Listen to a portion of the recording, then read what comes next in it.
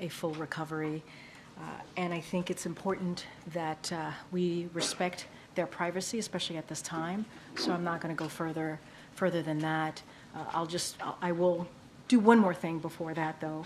I know folks are going to ask if the president has spoken to her or the family. I can just say right now that we don't have anything to share at this time. But obviously, we wish the Duchess of Cambridge a full recovery, and we are incredibly sad to hear of the news. Send her a note.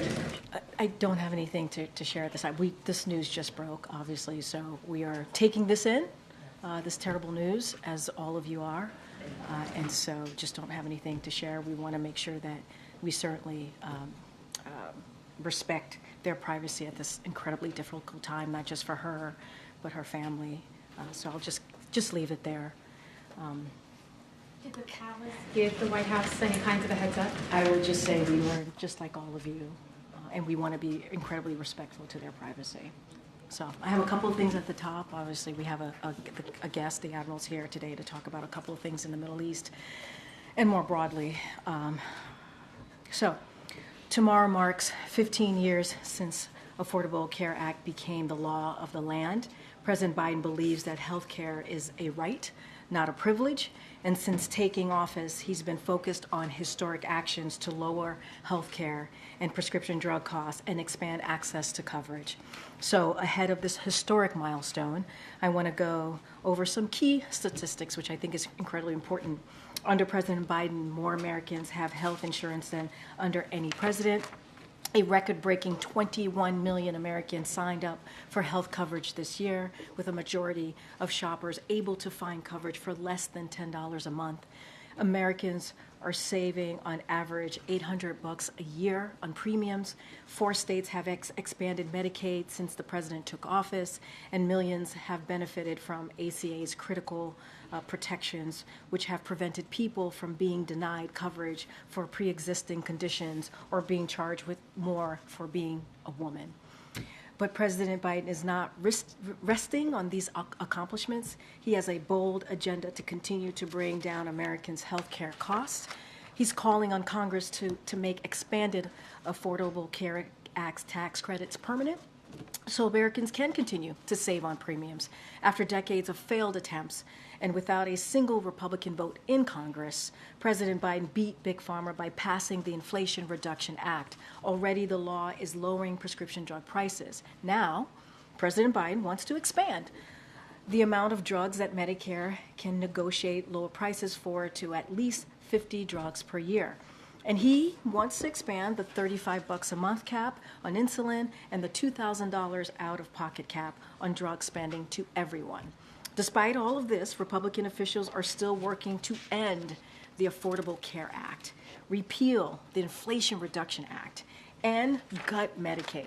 In fact, congressional Republicans have attempted to repeal the Affordable Care Act over 50 times, including during the last administration with the support of the president's predecessor.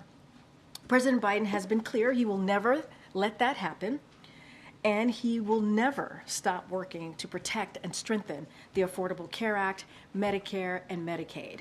Speaking of health care, this week, Republican Study Committee, which represent 100% of House Republican leadership and 80% of their conference, released its budget. Now, you've heard the president say this. His father has an expression that goes, "Don't tell me what you value, show me your budget, and I will tell you what you value." So let's look at what House Republicans actually value.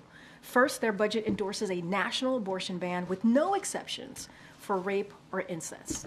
It puts IVF treatment on the chopping block through House Republicans' support for the Life at Conception Act.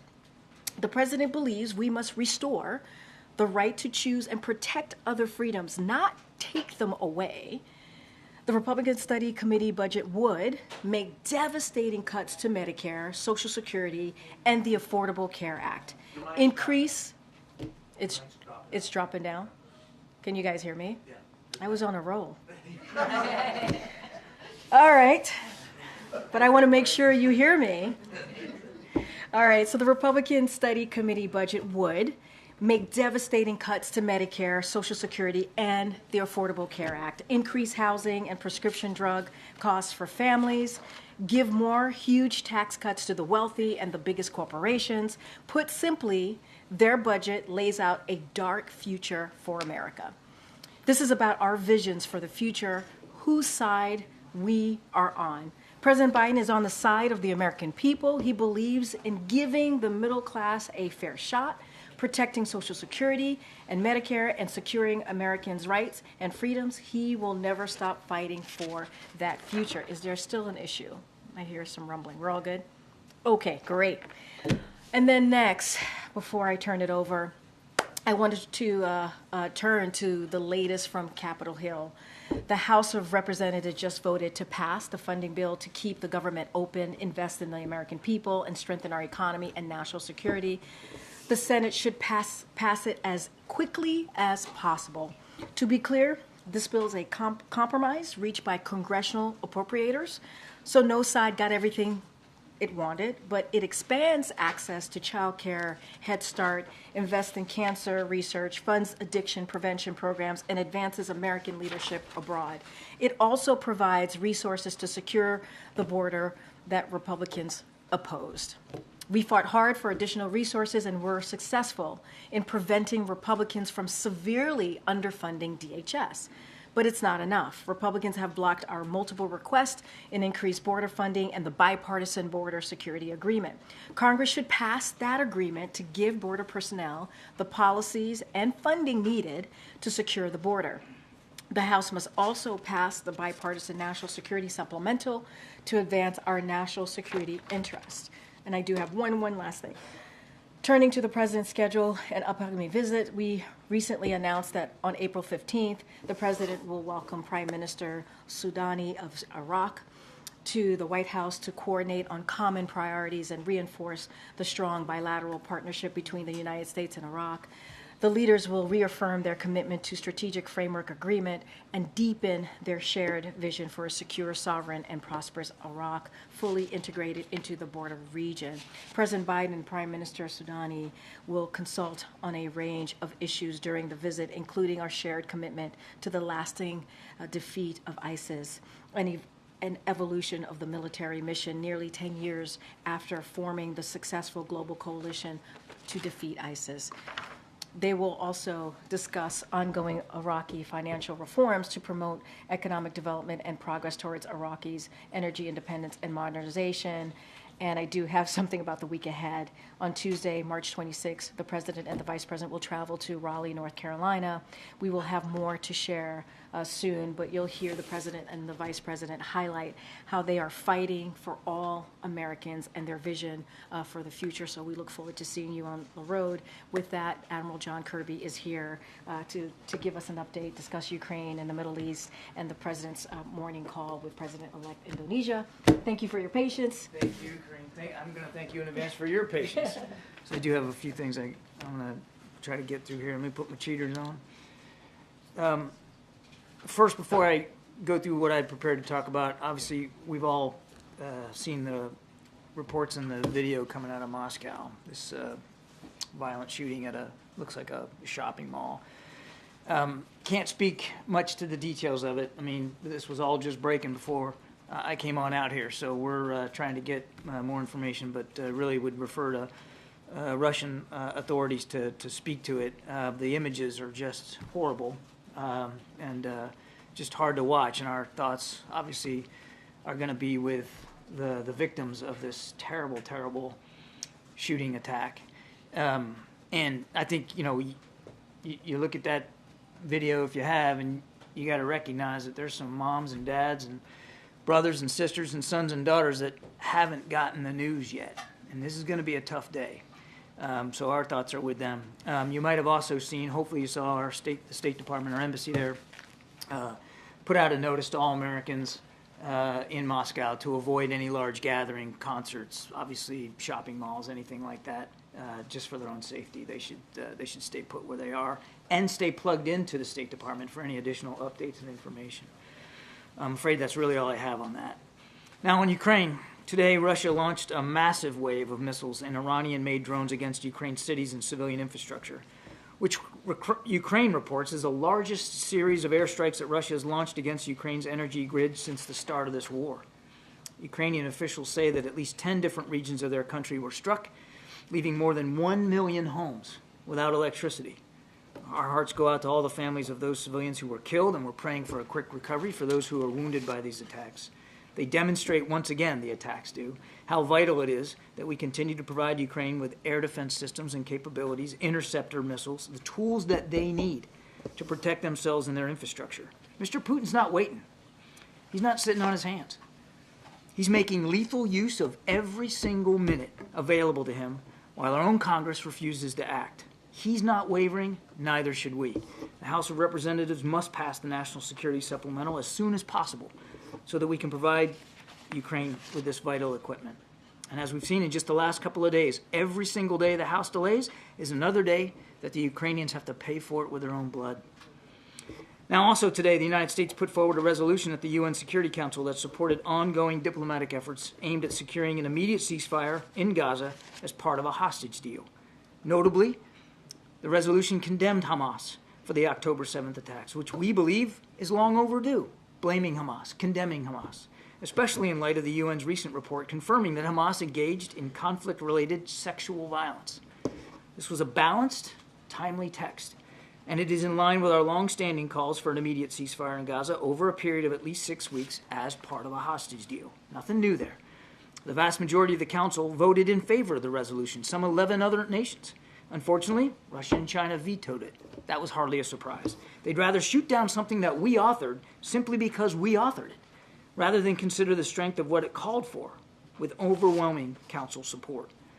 And what did it call for? An immediate ceasefire. All hostages released, more aid getting in to the people of Gaza, and Hamas condemned for the slaughter of innocent Israelis.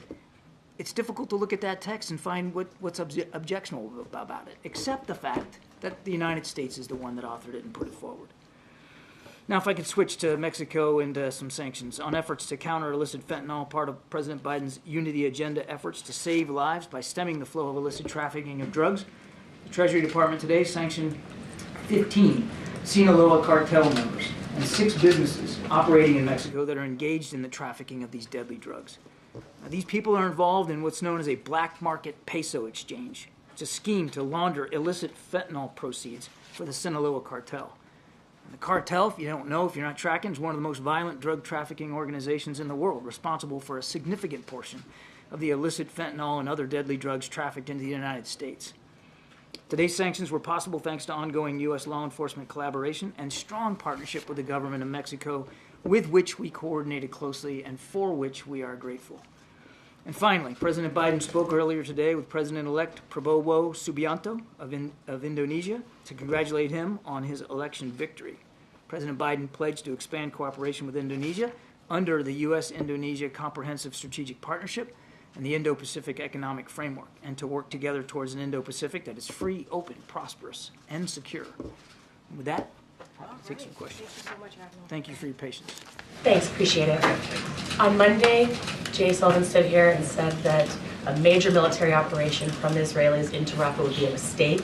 That was after a phone call with President Biden and Prime Minister Netanyahu. Of course, today we saw Secretary of State Blinken say that, warn again even more about a military operation into Rafah, and yet we saw Netanyahu say that they are prepared to do it alone. So are we to understand that President Biden has just lost all of his sway here? I would also note that Prime Minister Netanyahu said he recognizes there's a debate about Rafah. I would also note that the Israeli government will be sending a delegation here in coming days to talk to us from in an interagency perspective about some viable options and alternatives to a major ground operation. President and Prime Minister Netanyahu just spoke a few days ago, and they will speak again, no question about it. We've not shied away from expressing our concerns to them, and they have not refused to listen. And there have been examples in the past, I've gone through it from the podium, where they have actually taken on board the advice and counsel we provided. So you're convinced that you have some reason to believe that you can still convince them to change course? We are going to share with them our lessons, our perspectives. We're going to share with them some alternatives about how they can eliminate the threat of Hamas in Gaza, particularly in the Rafah area, without conducting a major ground offensive. As you heard Secretary Blinken say today, we still believe that a major ground offensive is a mistake. But while he was on the ground, Netanyahu still said again that they are prepared to do it alone. If you guys have a disagreement this big, is that grounds to consider withholding military aid? They're coming here, hopefully next week, it looks like, to have a discussion about viable options. Why don't we have that discussion, see where that takes us before we leap to conclusions? I would add a couple of things. Yes, we saw what the Prime Minister said, and he should speak to his comments to the Israeli people. That's for him to talk to. But we haven't seen him go into Rafah, have we? They haven't conducted a major ground offensive yet. So we believe there's still still time and space to have these discussions and to share with them what we've learned. What will make this? No, go ahead. No, I'm just saying we don't have this meeting next week a success, John, between the United States and Israel. We're not putting benchmarks on it, Steve. We're looking forward to the opportunity to have a delegation here from Israel to share some of our thinking about viable alternatives, and we'll see where it goes from there. If Netanyahu comes to speak to Congress, would the president take the opportunity to meet with him while he's here? I couldn't answer that question since we don't have a visit by Prime Minister Netanyahu to speak to. I would just note that these two guys have known each other a long time, and they're speaking frequently.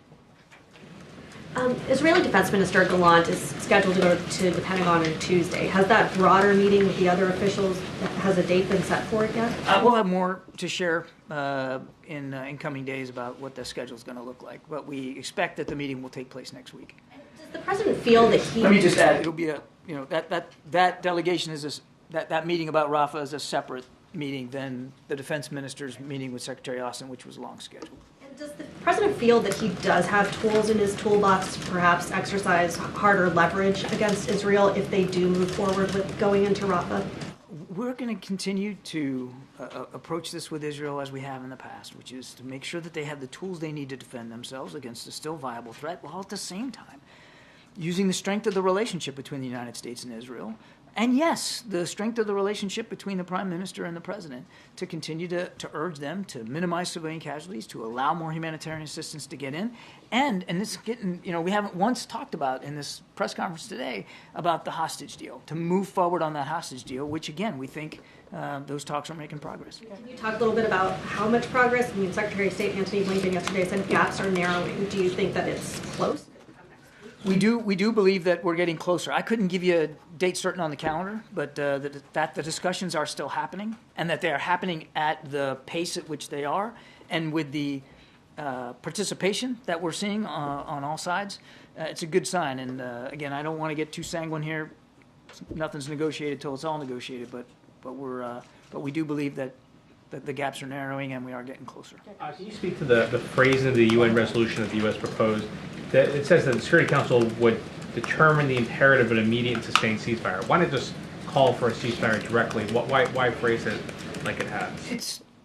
I don't want you to read too much into the vernacular here. What we called for in this resolution is perfectly in keeping with what we've been saying now for weeks.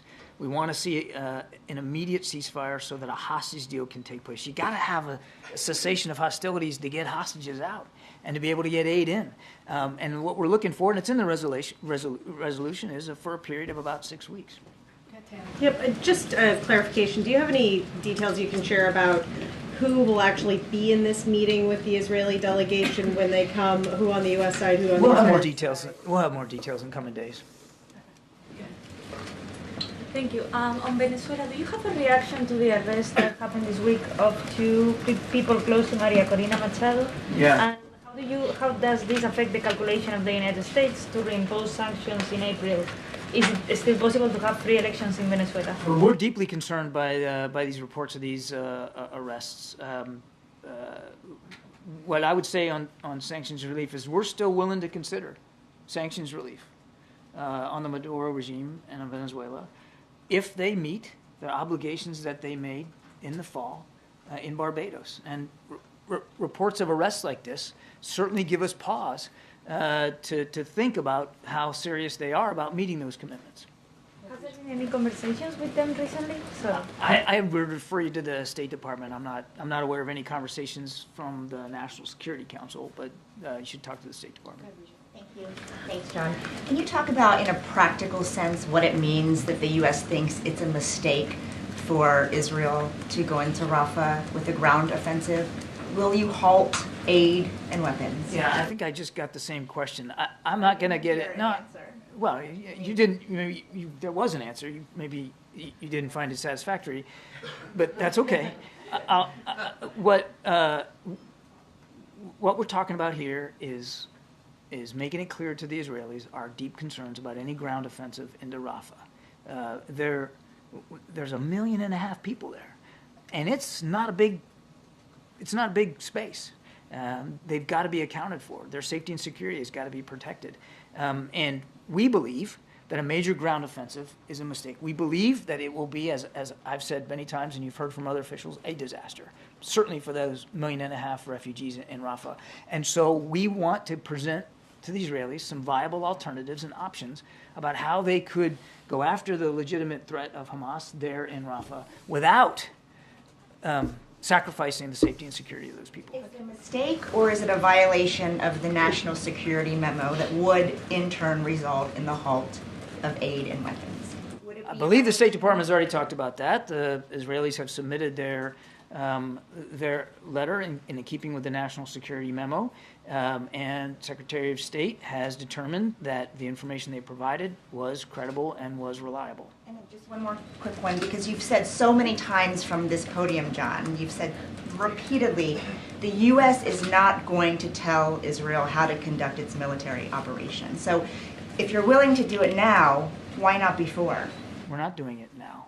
You're not telling them not to do something with That's not what this meeting's about. We're not going to lay out terms. This is a sovereign country, and they have their own military and they have their own operations to conduct. They have to make those decisions. But as a friend of Israel and an ally, as before today and next week, we want to make sure that they make those decisions fully informed with our lessons learned from urban warfare and this kind of fighting in places like Iraq and Afghanistan. Now, do they have to listen to our advice and counsel? No. But we have seen in the past where they have taken some of it on board. We hope they take this on board. Thank you. Thanks, Karine.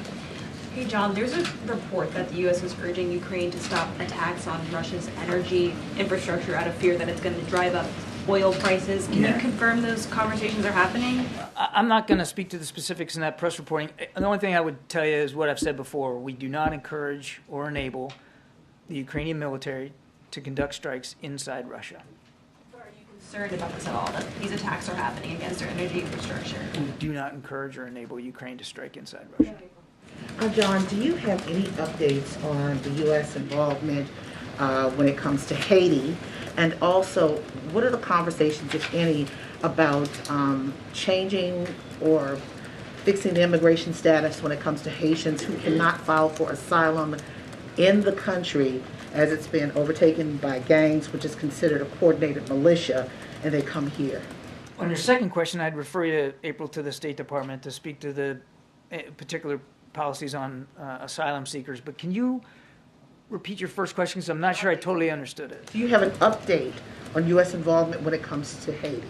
An update on U.S. involvement. So I would say, look, our lines of effort are really kind of three things right now. One is working with the Haitians on a Haitian-led political transition process, and that presidential council, that transitional council is up and running, and hopefully we'll see some movement here in coming days about their selection of individuals for governance in Haiti that can be credible and can meet the aspirations of the Haitian people. Number two, we're working with Kenya on a Kenyan-led multinational security support mission, which would not include U.S. Troops on the ground as part of that mission, but we are working with Kenyans on what that could look like, what support they might need externally from the United States. And then thirdly, and this is clearly we're doing what we can to help those Americans who want to leave Haiti get out safely. And there were some additional helicopter movements today, as a matter of fact. Thank you. So question, did the U.S. have prior knowledge of this attack in Moscow, given that the U.S. Embassy had issued warning beforehand? I'm not aware of any advanced knowledge that we had of this terrible attack. On March 8th, the embassy warns of imminent attack in Moscow by extremists. Yeah, I think that I'll let the State Department speak to that. But I don't think that was related to this specific attack. Just a couple more. Go ahead. John, today the Vice President said that she had seen the plans and that there was no credible way to allow for the relocation. She looked at a map. She saw maps of Gaza. And said that there was no credible way to relocate those who are sheltering there. Was it ever feasible?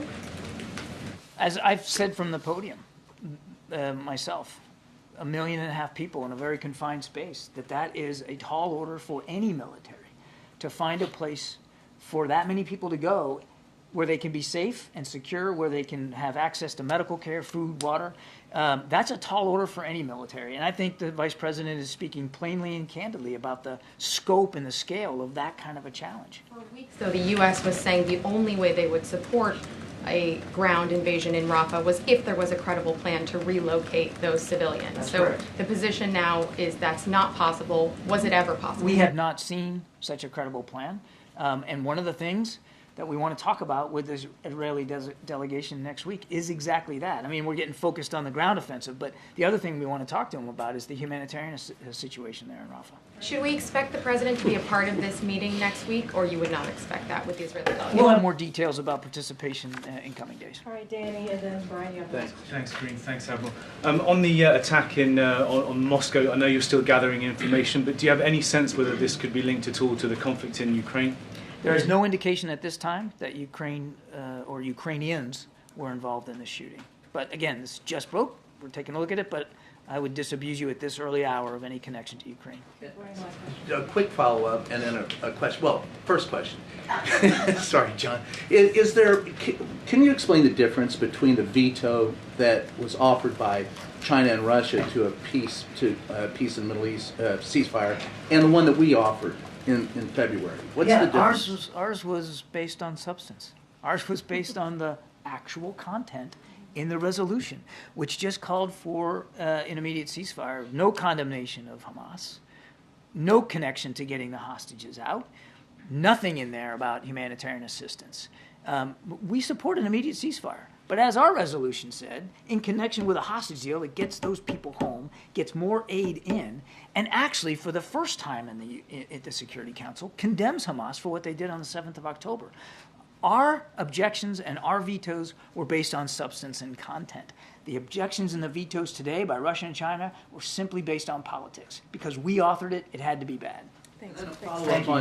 Wait, real quick, to follow up on Russia, is there any indication, there's been speculation, that it shows with the protest that was brought up with Alexei's death, that there is some pattern of instability now in the Russian regime? Would you confirm that, or do you think it's too early to say that? I think it's difficult with the news today to make some broader point about instability in Moscow or in Russia. Clearly, there are people in Moscow and in Russia that object to the way Mr. Putin is governing the country. But I don't think we're at this early hour we can make a link between the shopping mall attack and political motivations. I think we need more time and we need to learn more information. Awesome. Thank you so Have a great much, weekend, everybody. Have a great weekend. Thanks, Admiral.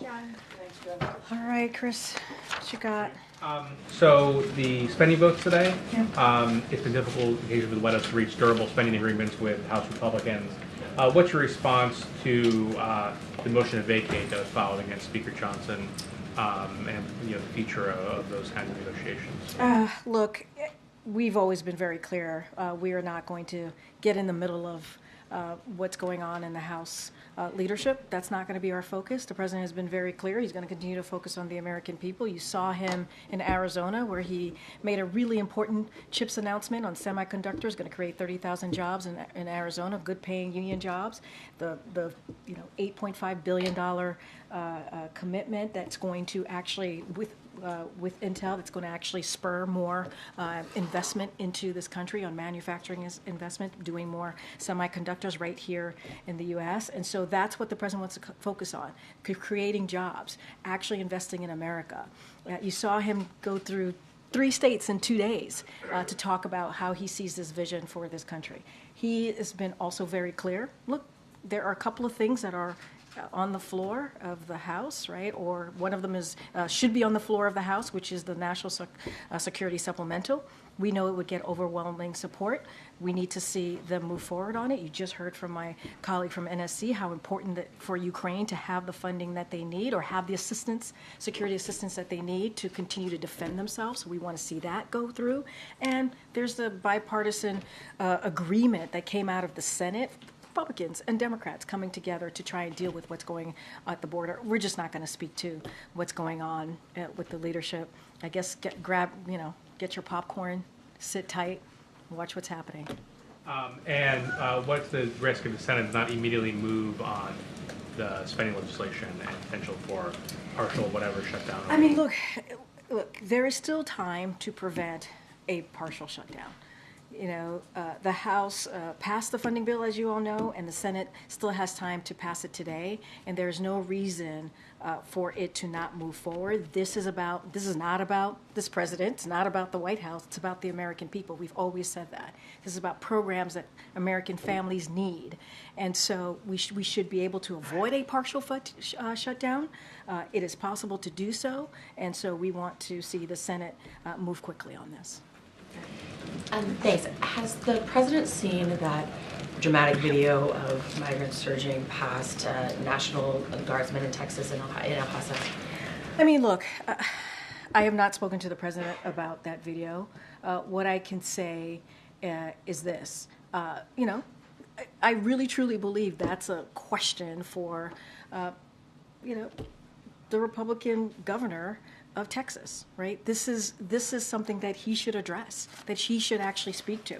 The president has worked with Congress in the Senate, as I just spoke to, about getting an immigration bill done, making sure that we deal with the border challenges that we see that we're now seeing, and you have a governor of Texas who has continued to politicize this. I do want to say we are grateful for the Border Patrol's quick work to get the situation under control and apprehend the migrants, so that's important. But congressional Republicans need to move on this. What they're doing instead, and this is the bipartisan agreement, obviously, is listening to the former president, President Trump, tell them not to get involved in moving forward with this bipartisan agreement because of his own personal politics, because it will help this president. You all reported that. It's not coming from us. You all reported that.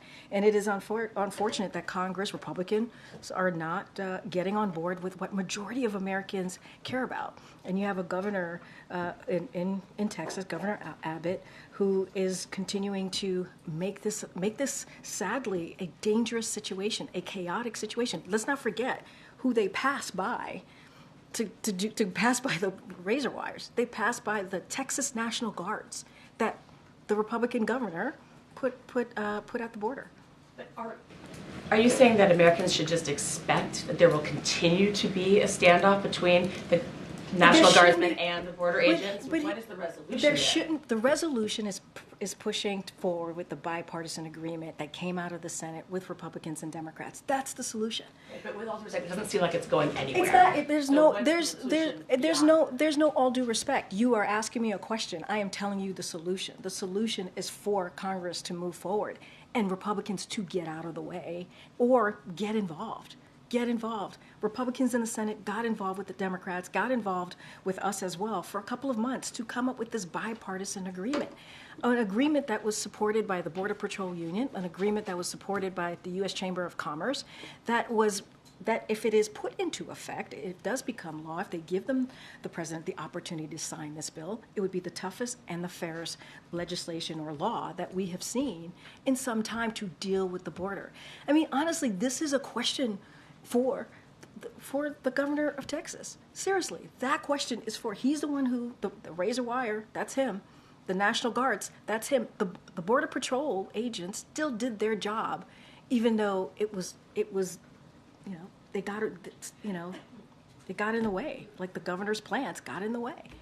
It sounds like right now the White House and the president, the administration is not considering anything else to stop future events like that. Right now, the blame is the Texas governor and Congress. You have a governor who has politicized this issue.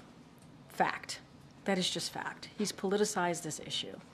You have a former president who has said to Congress, Republicans in Congress, do not move forward with a bipartisan agreement that was agreed upon by senators because it helps us. It helps Joe Biden. When we're not thinking about helping Joe Biden, we're thinking about helping the American people. Majority of the American people want us to do something on this issue.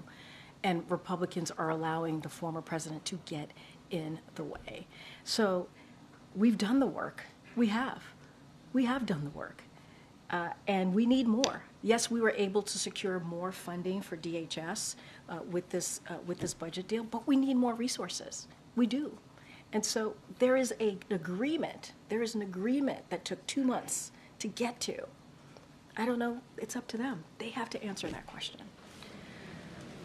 On that same issue, today Governor Ron DeSantis said that he's also looking at implementing a law like Texas that would allow Florida to arrest migrants as soon as they cross the Florida border. Are you concerned that other governors will be looking into kind of stricter immigration laws like this? I'm concerned about the politics that's being played here instead of dealing with the issue.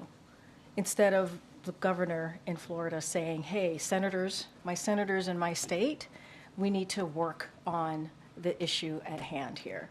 There is a bipartisan agreement that is in your chamber, right? That is in the Senate, that was agreed upon in a bipartisan way. Can you guys move forward with that instead of playing politics? That's what we want to see. We want to see an issue actually dealt with that majority of Americans care about. There is I cannot say this enough. There is a bipartisan agreement that came out of the Senate. Republicans were asked to reject it because of the former president, because of helping his own politics.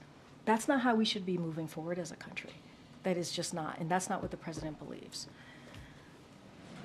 Thank you. So on this border video, what does President Biden think should happen to adult men who are assaulting and overpowering U.S. National Guardsmen? Well, let me just first say we're grateful, and I said this moments ago, to Border Patrol agents for their to quickly work and get the situation under control and apprehend the migrants. So I want to be really clear that everyone who was apprehended by Border Patrol. They were able to do their job, even though it's made it more. Even though Republican governor, in particular Governor Abbott, has made it difficult for them. They need more resources. We need more personnel. I mean, we have to have the backs of our law enforcement on the ground who are dealing with this every day. But Republicans are getting in the way. Republicans in Congress do not want to help. And you have a Governor Abbott, who's politicizing it. That is what's happening. Border Patrol agents did their job, even though the governor is getting in the way of them doing their jobs.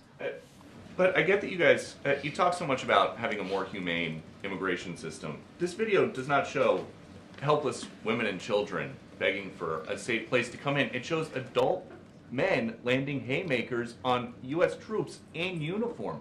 If that was happening anywhere else in the world, wouldn't President Biden send reinforcements? So 2 things. Everyone was apprehended by the Border Patrol agents. That is important to note. They were apprehended. Were they deported? They were apprehended. I can't speak to individual cases. That's not something I can do from here. But they were all apprehended. That's number one.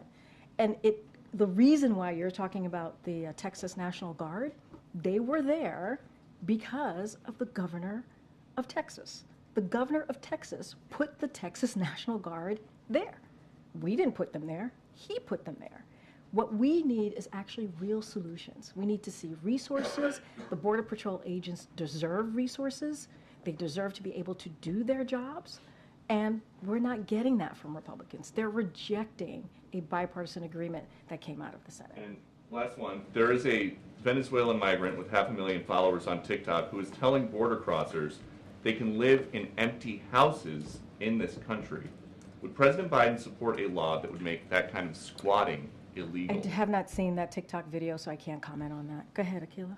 Or maybe not. Okay. Does the president have plans to speak to Hakeem Jeffries now that there has been a motion to vacate for Speaker Mike Johnson about whether Democrats will support him if that vote happens? That's something for Democrats to to speak to. We're not going to get involved. We do not get involved. We've been pretty consistent, regardless if it's Republicans or Democrats. We've been pretty consistent in that. We trust Hakeem Jeffries' leadership. He's the leader of the Democrats. That is for them to decide on. I'm not going to comment on that. But if Democrats were to force him to bring a vote to the national security supplemental bill, would Biden then support their support of this? Look, Democrats are going to make their decision. Democrats' leadership, Hakeem Jeffries, is going to make their own decision on how to move forward. We're going to be consistent here on how important it is to move the national security supplemental. We've been very clear.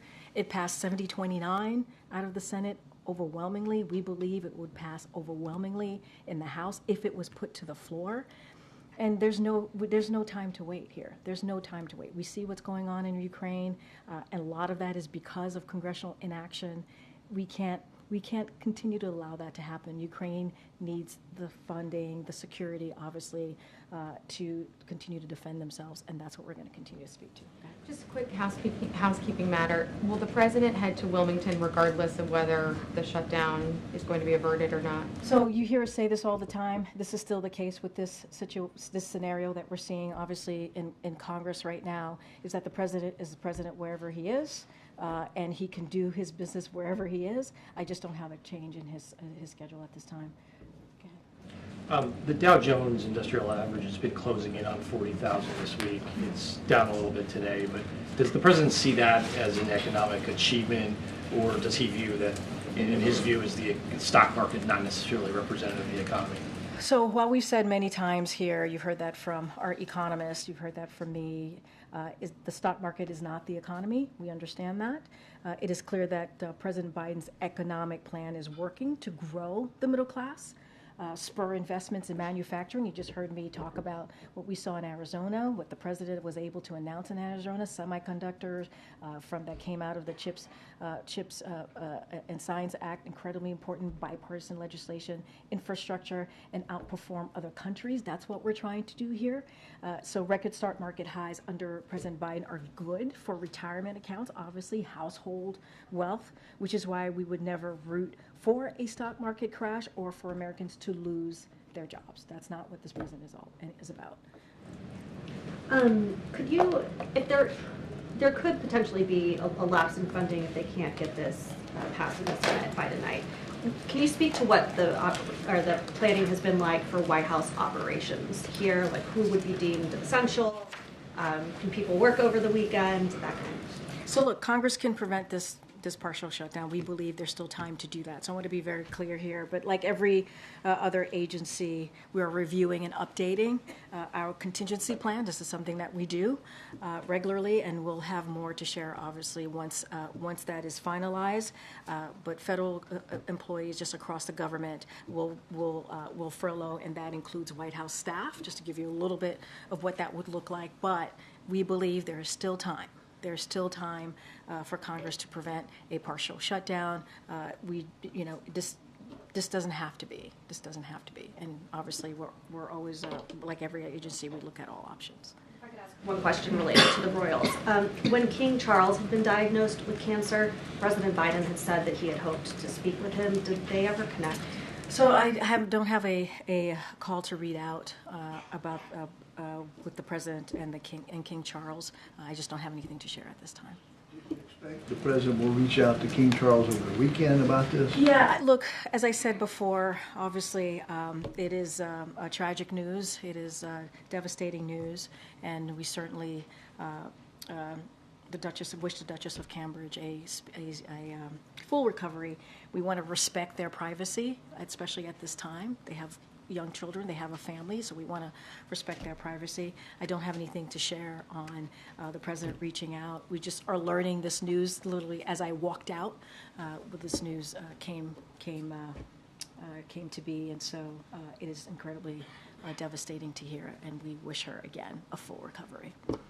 Karine. It was just over a week ago that the White House announced the new weapons package for Ukraine, and Jake Sullivan had said at the time it could move very quickly to get there. Do you have an update on whether that assistance has reached Ukraine and reached the battlefield yet? So, as you know, it was important to be able to have that extra additional funding to give the additional assistance. Ukraine obviously needs that. They have been losing ground in the battlefield. So obviously Jay came here and gave a laydown of how important that is. I don't have any specifics on where we are on getting that funding, getting the assistance to the Ukrainians. I would refer you to the Department of Defense, but it was important, it's critical to do everything that we can to make sure Ukraine has what it needs to defend itself. But that is not enough. You also heard Jake Sullivan say that from here.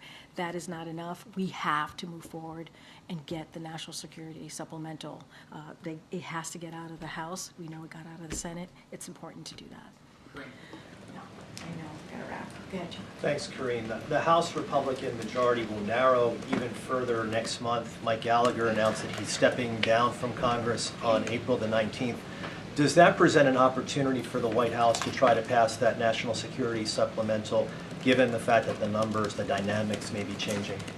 Look, I mean, we don't even need the dynamics to change, right, in the House to get this done. We really don't. If the Speaker were to put it on the floor, would have put it on the floor weeks ago, today, it would pass overwhelmingly. We know that to be true because we've heard from Republicans, you know where Democrats stand. We know that. And so we don't need the dynamics of the House to change. We just need the Speaker to do his job and put forth on the floor something that we know, the National Security Supplemental, a bill that we know would pass overwhelmingly. That's what he needs to do. We need it. We need it for our own national security. It is important to get this done on behalf of the American people. All right, everybody, have a great weekend. We'll see you next week. Thanks, everyone. Thanks.